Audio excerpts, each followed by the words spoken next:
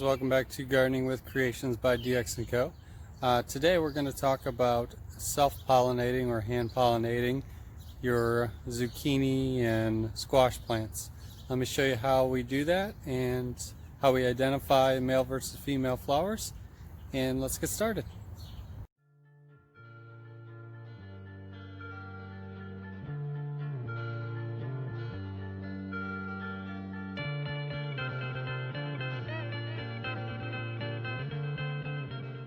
Okay guys, so the first thing you want to notice is, for me, I haven't had a whole lot of pollinators out this year, at least that I've seen, unfortunately. I don't know if it's the heat and then the cold, I'm not really sure. But what you were looking for, you'll notice on this is a yellow summer squash plant. On this particular yellow flower, you see right down in here, looking at that flower type, you can tell that that's actually a male flower.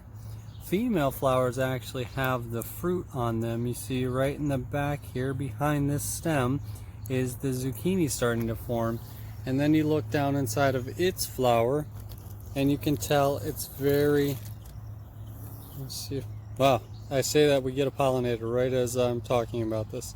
Wonderful, love nature.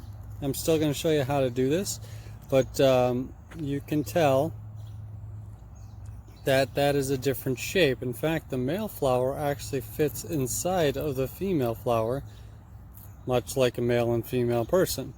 So that is the difference between the male and the female flower on your squash and your zucchini plants. Since he's in there doing his business, I'm going to take you over here and show you again the male flower on the zucchini.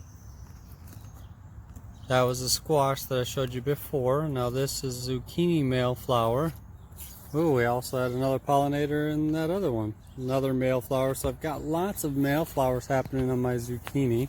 And you can tell one of my female flowers just did not get pollinated. And that's a result of it. You start to get end rot on there. The zucchinis, that zucchini I might as well pick off because it's not going to grow. So I do have another zucchini starting to form right down here, right there, but the flower has not opened up yet. So there's nothing I can do about pollinating that one, but I can pollinate that female on the squash plant. So let me show you guys how that looks, but I wanted to show you first how you can tell the difference between a male and a female. So what I'm going to do is actually take my male flower that's opened up. I'm going to cut it off here. Okay. It's okay, I have another male flower right there for pollinating sake for the pollinators. Now, is this a necessary step? No. But this is how you can help guarantee that this is going to get pollinated. So, got all that. Now, most people, you can stick this in here, but it's very difficult. So what I'm going to do is actually peel back the leaves on this one. So stay tuned and I'll show you what it looks like after I've peeled back the flower petals. Okay, so I went ahead, all I did was just peel off the flower petals to expose the inside there. Alright, I just threw them right on the ground. So now I'm going to take this part, and all I'm going to do is put it in there and just kind of rubbing it around, trying to get the pollen to fall off.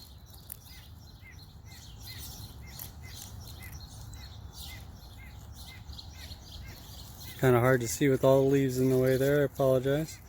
But I'm just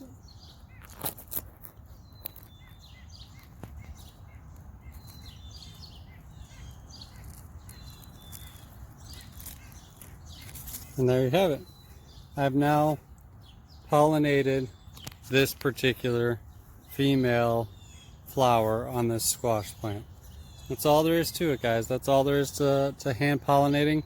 So if you're having a difficult time with pollinators this year, obviously I was wrong. I was starting to see some more. But if you're wanting to get some guaranteed success, or you're growing inside of a greenhouse where you don't have the amount of pollinators that you need coming in, these are some tips and tricks at identifying male and female flowers. If this helped you guys on understanding male and female flowers and how to hand pollinate some of your squash and zucchini plants. This does work with cucumber plants, things like that as well. Tomato plants, you really just take a small paintbrush and just kind of brush it along the tomatoes. They don't have the same male and female flowers like these other types of plants do, but cucumbers certainly do. They're just a lot smaller version of it, so be a little bit careful and gentler when you're dealing with those ones. And I hope you guys enjoyed this video. Give it a good thumbs up, hit that like button, subscribe, and hit that notification bell so you don't miss any additional content in the future. As always, guys, I hope you guys are staying safe and enjoying your gardens.